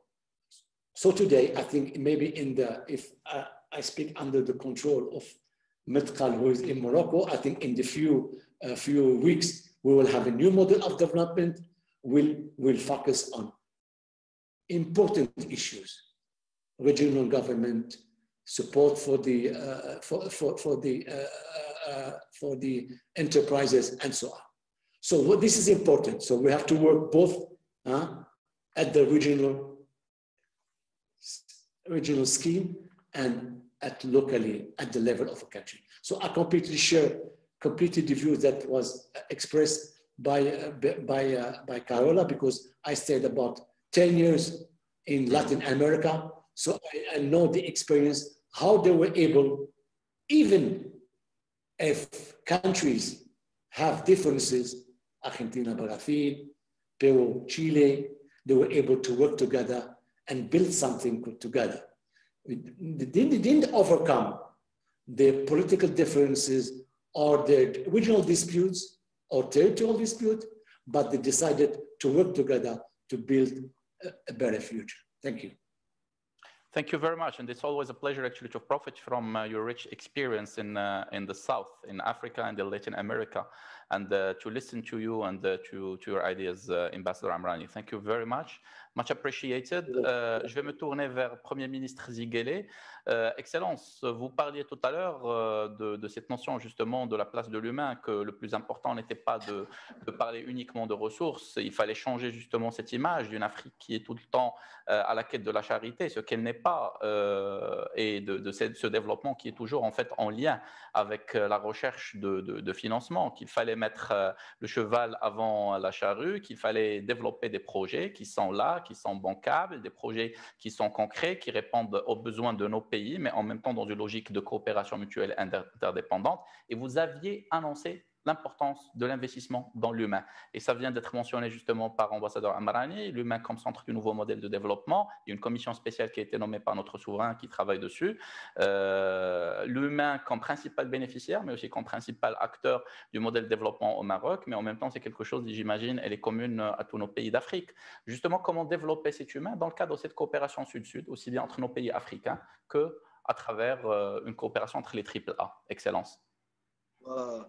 Je voudrais d'abord saluer mon frère, l'ambassadeur Metcalfe, et lui dire tout mon plaisir de le voir, même si c'est à distance. Mais voilà les magies de la technologie, ça nous permet de nous parler. Alors, merci beaucoup, merci beaucoup. Donc, par rapport à la question de l'investissement, l'investissement dans la richesse humaine, dans le capital humain, le développement du capital humain, je pense que beaucoup peut être fait d'abord en interne au niveau de chaque pays, mais aussi de la coopération régionale africaine, pour ne pas parler de la coopération tricontinentale. Je ne dis pas parce que l'ambassadeur est là, mais je vous dis que beaucoup de nos cadres, et surtout dans les domaines qui étaient considérés comme qui sont considérés depuis 10 ans comme des domaines assez pointus, que ce soit l'informatique, le traitement des données en général, le secteur financier, le secteur bancaire, etc. Beaucoup de nos compatriotes ont été formés par le Maroc. Et ceux qui sont formés par le Maroc rentrent au pays, à la différence de ceux de ma génération qui étaient formés ailleurs et restés ailleurs. C'est ça aussi la différence qu'on ne voit pas souvent. C'est-à-dire lorsque la coopération se fait entre les pays du Sud, généralement, les cadres qui sont formés reviennent, comme l'abeille, reviennent enrichir la fleur. Et c'est comme ça que nous pouvons développer en interne une capacité d'abord de nous former, de transmettre des expériences et puis de nous développer. On parle beaucoup de sauts technologiques. On parle ces jours-ci de sauts de grenouille en matière de développement technologique. Mais le développement technologique ne se fait que lorsque, à la base, il y a un minimum d'éducation. Lire, écrire, compter, traduire, comprendre. Lorsqu'il n'y a pas ce minimum, comment peut-on parler de saut technologique? Il faut savoir lire et écrire pour comprendre ce dont on parle. Pour parler de la numérisation, de la digitalisation, il faut que l'éducation de base soit assurée. Le problème, c'est que lorsque je prends le cas de l'Afrique, excusez-moi toujours, je me concentre sur l'Afrique parce que je ne connais pas beaucoup, je n'ai jamais été, comme je l'ai dit, en Amérique latine et très peu en Asie, mais par contre l'Afrique, je connais. Il y a un tableau très contrasté en matière d'éducation de base. Je pense que là, c'est un domaine sur lequel il y a beaucoup à faire. Créer des écoles normales d'instituteurs, faire comme à l'époque le président Ouad l'a dit, créer des cases dans les villages pour que les enfants soient pris en charge dans le système éducatif très jeune pour libérer leur maman, pour qu'elle se consacre à des activités productrices et donc avoir des revenus, donc renforcer la femme. Et ça ne va pas chercher des milliards de dollars. Faire des cases dans les villages pour accueillir les enfants dans les jardins d'enfants, ça ne prend pas des milliards, ça ne prend pas des millions de francs. Et ça, je pense qu'en mutualisant les expériences des pays africains en matière pédagogique, on peut gagner cette guerre, de faire en sorte que les jeunes de 5 ans, de 4 ans, jusqu'à 15-16 ans, sachent lire et écrire. Lorsqu'il y a cette fondation, maintenant, on peut faire les sauts technologiques, on peut faire le saut de grenouille, et je pense que ça, c'est un domaine de coopération sur lequel nous pouvons beaucoup travailler. J'ai été plusieurs fois au Maroc, ça fait à peu près 30 ans que je vais au Maroc, au moins une fois tous les 2 ans, au moins, sinon chaque fois par an. Et j'ai vu le Maroc il y a 30 ans, et je vois le Maroc aujourd'hui. C'est 2 pays différents en matière de richesse du capital humain, dans tous les domaines. C'est le fruit d'un travail constant, obstiné, pour arriver à transformer la première richesse que nous avons sous nos mains, c'est-à-dire les hommes et les femmes qui vont faire le développement. Donc, mon plaidoyer est un plaidoyer de quelqu'un qui parle à partir. C'est comme quelqu'un qui est dans le puits, dans un puits, et qui regarde la lumière dehors. Parce que nous, ici, là où je suis, par exemple, je vais vous prendre un exemple très simple. Le Covid a été déclaré en mars 2020. Depuis mars 2020 qu'on a fermé les écoles, les enfants ne sont plus repartis à l'école, ils sont repartis il y a 2 semaines. Et il n'y avait aucun système d'enseignement à distance. C'est-à-dire pendant 8 mois, les 2 millions ou 1,5 million d'enfants scolarisables dans ce pays n'ont jamais mis les pieds dans un système de formation quelconque. Quel saut technologique, quel développement vous pouvez évoquer dans ce cadre-là? Donc, il y a beaucoup de petites choses à faire. Je suis un réformiste dans l'âme. Je pense que pour faire avancer les choses, il y a 2 systèmes, il y a 2 voies, comme vous le savez, il y a la révolution et il y a les réformes. Et moi, je pense que les réformes, c'est ce qui marche le mieux. Des petites réformes, des petites touches, des petits domaines de coopération. Encourager donc l'éducation des jeunes, des femmes, dans les villages. Et comme ça, il y a une masse critique qui est éduquée et on peut avancer dans la voie de développement. Et cette éducation-là est bénéfique dans d'autres domaines. Lorsque quelqu'un est lettré, lorsque quelqu'un est instruit, il regarde la télévision, il voit comment les gens s'organisent au Maroc, ailleurs, pour travailler en Argentine, etc. Et il va peut-être développer son élevage au lieu de faire de l'élevage extensif comme en Afrique, avec des nomades qui marchent sur des centaines de kilomètres. On fait comme en Argentine, clôturer des zones comme dans la Pampa, et puis faire de l'élevage intensif, et puis exporter du bœuf, de la viande de bœuf, comme l'Argentine le fait, jusque dans nos pays ici. Donc, je crois que, comme disait quelqu'un, ce n'est peut-être pas la peine de chercher à inventer ce que d'autres ont déjà découvert. Mais je le répète toujours, notre problème dans beaucoup de pays en Afrique, je ne parle pas de tous les pays, dans beaucoup de pays en Afrique, nous pensons que la priorité, c'est l'argent. C'est-à-dire qu'il faut avoir d'abord de l'argent pour faire quelque chose. Moi, je pense qu'il faut avoir d'abord des idées précises sur ce qu'on veut faire, un corpus d'idées qui forment une vision, et après, en hiérarchisant donc ces besoins, ces actions-là par rapport aux moyens disponibles, parce que les moyens ne sont pas infinis, ni toutes les ressources sont par définition rares, surtout financières, on peut construire quelque chose et en insistant à réaliser l'intégration. Je suis convaincu que c'est l'intégration seule qui nous permettra non seulement les bénéfices de transfert d'expérience d'un pays à l'autre, mais aussi de mettre en place, de mettre en commun nos maigres moyens et puis de faire en sorte que nous puissions nous développer ensemble. Et je finis là-dessus, comme je le disais tantôt, le Covid nous a rappelé que ce n'est pas une course, le développement finalement, ce n'est pas une course. Il n'y a pas des gens qui vont devant et d'autres qui sont derrière. Nous irons ensemble. Nous irons ensemble. Et ce qui vient de se passer, vous voyez en Europe aujourd'hui, les pays sont arrêtés.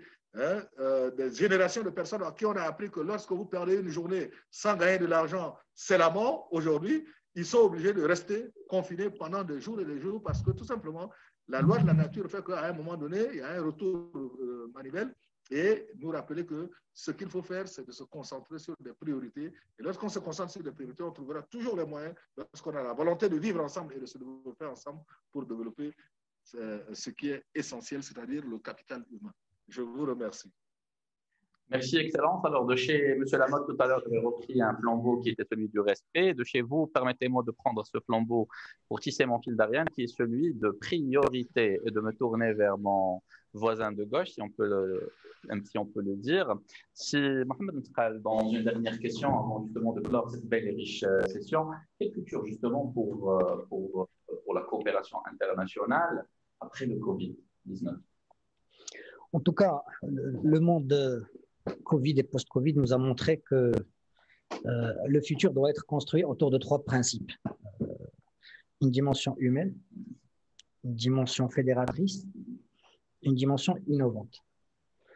Et c'est autour de ces 3 principes-là que les solutions peuvent être à la fois durables, que ce soit sur le plan social, économique et sanitaire. Et pour le Royaume du Maroc, on s'inscrit dans ça.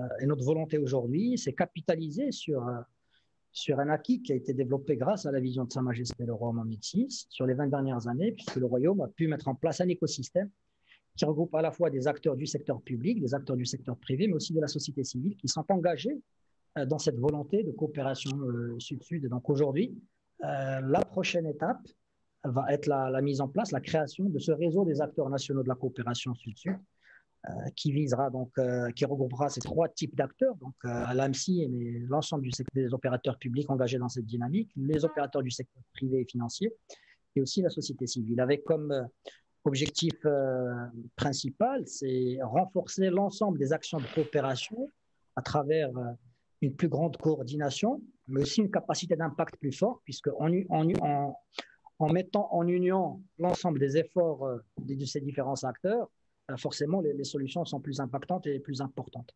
La deuxième dimension, ça serait, dans le cadre de ce réseau national, développer des partenariats internationaux pour pouvoir se démultiplier dans les pays partenaires avec des acteurs locaux qui puissent eux aussi rebondir et à travers cette capacité de démultiplication mettre en place de manière plus forte.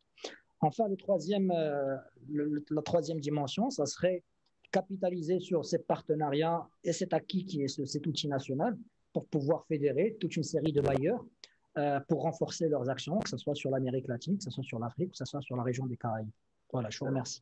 Excellent, merci beaucoup pour cette réponse plus structurée qui nous donne à la fois en fait une belle aspiration et de belles attentes pour le futur, mais en même temps une réponse très concrète. Parce qu'au lieu d'annoncer de grands projets, on préfère aller sur des projets qui sont structurants, réalisables. Et une fois on les réalise, on les multiplie et par la suite on recherche en fait le financement pour accompagner cela. Merci beaucoup Mtkhal, merci pour cette belle réponse. Je pense que c'est l'une des premières fois que j'écoute cela, donc ça doit être un scoop quelque part. Je vous remercie. Notre public vous en remercie également. Je remercie l'ensemble en fait des intervenants. Avec votre permission, je ne ferai pas en fait une conclusion, mais beaucoup plus une ouverture dans le même état d'esprit justement d'aspiration par rapport au futur, puisque tout le monde a fait, à moins que les intervenants ne veuillent en fait avoir une minute ou un mot de la fin, en moins d'une minute. Sinon, on va faire en fait la conclusion. Monsieur Lamotte, vous voulez dire quelque chose en quelques secondes, Oui, je tiens premièrement à encore réitérer tout mon support et ma solidarité à l'Institut Amadeus. Et aussi, je tiens à dire haut et fort comment est-ce que Tanger me manque cette année. Parce que, je vais chaque année visiter le Maroc pour les Meddays et cette année, on le fait de manière numérique, sur le digital. Donc, mais bon, je ne peux pas aller et prendre mon couscous le vendredi. Ça ne peut pas le faire de manière digitale. Donc, on ne peut pas aller prendre... On se rattrapera l'année prochaine, Excellence. Voilà. Donc là, enfin, je tiens aussi à remercier tous les participants et les participantes dans cette conférence extraordinaire cette année. Je pense que la qualité de l'intervention était vraiment extraordinaire. Et je vous félicite encore pour cette initiative. Je félicite Brahim Passifiri, tout son staff pour quand même garder l'esprit, le spirit of the Meddays entier et aussi de se servir de cette arme de solidarité pour créer plus de solidarité, plus d'entente, plus de confiance et de garder le message qui est tellement important de continuer à se supporter mutuellement, d'avoir l'entente, d'avoir le dialogue et de continuer pendant 7 jours à travailler pour l'intégration des peuples des pays du Sud. Donc pour ceci, j'applaudis l'initiative de l'Institut Amadeus et de son président, M. Brahim Fassi-Firi. Merci.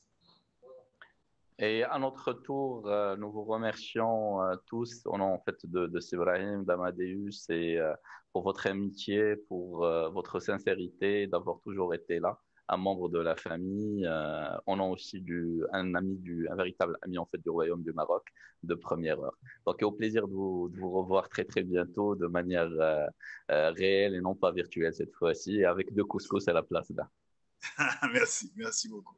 Avec beaucoup de plaisir. Merci, Excellence. Donc, Excellence, Monsieur Martin Ziguélé, en 1 minute, un mot de la fin, si vous voulez rajouter quelque chose. Oui, je pense que je voudrais d'abord, dire merci à tous les panélistes, à toutes les panélistes. J'ai beaucoup appris, ça m'a désenclavé un peu l'esprit. Et c'est très intéressant de savoir qu'on n'est pas seul, et surtout qu'on n'est pas seul à penser un certain nombre de choses, n'est-ce pas? Et je pense que c'est ça qui est la dynamique sur laquelle nous devons continuer à travailler dans le cadre de MEDES et en dehors, voilà, pour faire en sorte que chaque jour que nous passons sur cette terre, nous puissions créer de l'espoir pour d'autres personnes. Merci à Brahim, merci à tout le monde, merci à vous-même, l'animateur principal, et merci aussi à l'ambassadeur, et merci à tous. En fait, c'est vous les principaux, c'est vous les piliers. Moi, je suis que le miroir qui reflète votre lumière excellente.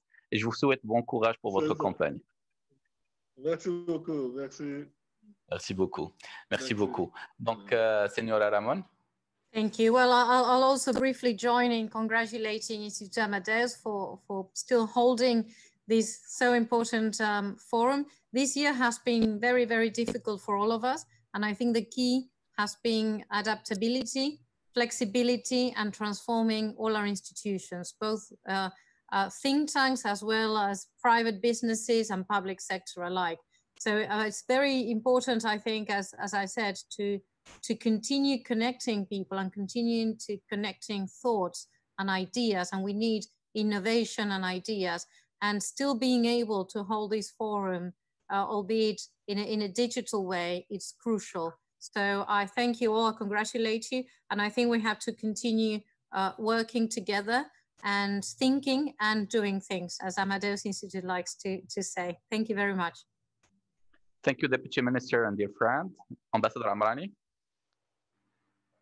Well, thank you very much, Brahim and Amadeus, for inviting me. I was thinking, as I'm in South Africa, I am going to miss Amadeus and Tangiers, because Tangiers at the end of the day is my hometown. And I was participating in this midday since the beginning as a speaker and as a supporter of this excellent initiative. Now, I will leave you with 3 words.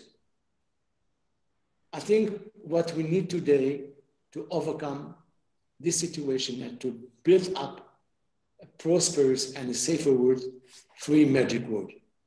We need leadership, we need vision, and we need commitment. And today, in all our discussions, these 3 words were present in our commitment also, but also in our vision. So thank you very much. And I was happy to see some of my colleagues there, and hope to see you very soon, virtually, but also maybe, why not, in Tangiers, my beautiful hometown. Thank you, Your Excellency and dear friend, and good luck in your noble mission where you are right now. Thank you. Ambassador Mtqal. Moi, tout d'abord, hein, je voudrais remercier l'ensemble des confrères et consoeurs pour leur contribution riche à ce débat. C'est aussi l'occasion pour moi de remercier Brahim, l'Institut Amadeus, et toute l'équipe qui travaille derrière, d'avoir permis de perpétuer, je dirais, l'esprit Amadeus, qui est cet esprit du dialogue, de l'échange, du partage de nos expériences dans nos différentes perspectives, dans nos différentes régions. Puisque à travers MedDays, Tanger a renforcé son positionnement international dans cette volonté du dialogue et de l'échange. Et donc, encore une fois, merci d'avoir permis à ce qu'à travers le digital, cet esprit puisse se perpétuer. Et j'espère que l'année prochaine, en tout cas, je serai ravi qu'on se revoie tous ensemble au même endroit, toujours au MedDays à Tanger. Je vous remercie. Magnifique, merci beaucoup. Sur ces belles notes justement d'espoir, sur ces belles notes de retrouvailles, d'esprit de famille qui nous unissent, je vous remercie mesdames et messieurs d'avoir été parmi nous ce soir ou ce jour, ça dépend de là où vous êtes en fait, du créneau horaire et de là où vous vous retrouvez. Je remercie en fait leur excellence, Laurent Lamotte, ancien Premier ministre de Haïti, très cher ami et frère, merci beaucoup. Je remercie beaucoup son excellence, monsieur Martin Ziguélé. Toujours un plaisir de vous revoir, cher frère. Encore une fois, beaucoup de bon courage et on vous souhaite belle réussite. Excellence et cher ami, madame Ramon Carola, muchísimas gracias por todo. Siempre un placer. Your Excellency, Mr. Yusuf Amrani, Ambassador of His Majesty in South Africa, thank you again for being with us and honoring us with your presence. Your Excellency et Excellence, Monsieur l'Ambassadeur, Monsieur Mtral, cher ami, toujours un plaisir en fait de vous revoir et de vous écouter aussi. Et félicitations pour l'excellent travail qui est fait par la MCI, par le ministère. Mesdames et messieurs, comme je vous l'ai dit et comme je vous l'ai promis, et je tiens toujours mes promesses, je ne vais pas faire en fait de conclusion, mais beaucoup plus une ouverture, une introduction qui j'espère en fait sera pour le futur, une introduction pour un nouveau monde, un monde post-Covid. Et c'était justement le sujet de notre conférence d'aujourd'hui. Comment le bâtir ensemble, comment le rêver ensemble, parce qu'il faut oser le rêve. À un moment où tout le monde a peur, il faut oser le rêve, il faut oser le rêve d'un beau futur, un futur où l'humain est au centre, un futur où on converge nos efforts pour améliorer les conditions de vie de nos citoyens, parce qu'il s'agit justement de bâtir d'un modèle de coopération autour de modèles de développement, respectant la souveraineté de chaque nation et travailler la main dans la main pour nos citoyens, pour nos femmes et pour nos hommes. C'est la chose la plus importante. Je remercie en fait notre cher public, aussi bien sur Facebook que sur Zoom qui nous a suivis depuis le début, qui va voir en direct ou par la suite en rediffusion justement cette belle conférence. On vous passe aussi le flambeau parce que le plus important n'était pas de parler, mais de vous inspirer, de vous passer justement des projets qui sont réels et concrets. On croit en ce qu'on a dit, on travaille chaque jour justement pour améliorer notre quotidien, celui de nos citoyens. On vous passe le flambeau à vous aussi, parce que c'est très important qu'on travaille tous la main dans la main. Il faut arrêter justement de se lancer les responsabilités. Il faut faire appel à plus de stoïcisme dans le monde dans lequel on vit aujourd'hui. Chacun d'entre nous prend sa responsabilité dans son domaine d'expérience, valorise le travail qui est fait par les gouvernements, par tous les preneurs d'initiative, mais lui aussi travaille et contribue de manière concrète. On l'a dit tous ensemble, l'humain est au centre. On a vu dans cette pandémie que beaucoup de nos pays du Sud ont mieux géré que les pays du Nord. Donc, on n'a rien en fait à envier quand il y a une bonne gouvernance, quand il y a un bon leadership, quand il y a une belle vision. Et beaucoup de nos intervenants sont revenus sur ces points. Il y a des défis du futur, mais qui dit défi dit automatiquement des points de convergence. On a parlé de sécurité alimentaire et automatiquement du volet développement agricole dans un continent qui est le nôtre, où il y a le plus grand pourcentage de terres arables dans le monde. Mon Dieu, on a tellement de choses en fait à faire et à développer ensemble. Qui dit agriculture dit développement territorial. Grâce à une belle coopération Sud-Sud, Amérique latine, Asie, Afrique, en fait, on peut en faire un vecteur de création d'emplois, on peut faire un vecteur de développement territorial et on peut pallier non seulement en fait, à cette problématique de rareté des ressources en fait, agroalimentaires dans certains pays, mais un vecteur de développement contingent et complet. Il y a cette problématique de l'eau, aussi bien due au réchauffement climatique et au haussement de niveau de la mer. On en parlait tout à l'heure avec monsieur Lamotte, et qui est très existentiel pour les États insulaires qui perdent chaque année des kilomètres carrés, qui sont en danger. Il faut la traiter tous ensemble. Aucun pays tout seul ne peut y pallier, mais la coopération internationale a un rôle à jouer. Il y a ce volet aussi justement de stress hydrique. Je citais tout à l'heure l'exemple en fait phare justement de ce beau nouveau modèle de développement qui a été signé devant Sa Majesté le roi Mohamed VI un 7 novembre 2015, aujourd'hui devenu une réalité. Parmi ses composants, c'était une quarantaine de stations de dessalement d'eau qui aujourd'hui peuvent servir de benchmark en Afrique, mais aussi partout dans le monde et notamment dans nos régions du Sud. On a parlé de transfert de savoir et compétences, on a parlé avant tout de respect, de respecter le droit de l'autre à la différence, la souveraineté de l'autre, mais travailler la main dans la main pour atteindre des objectifs qui sont communs. Si on le fait avec cette notion de connaissance mutuelle, avec cette notion justement, ce bel état d'esprit qui a été créé par la famille Amadeus, je dis bien famille, de venir tous ensemble, de se connaître mutuellement, de se respecter et surtout de concrétiser, de passer de la vision à l'action, on bâtira un très beau monde. Mesdames et messieurs, c'était la conférence numéro 6. Elle était dédiée justement à la coopération entre les AAA. C'était un honneur d'être des vôtres et un honneur d'être parmi un aussi beau panel. Je vous souhaite une très bonne journée et un beau futur. Merci.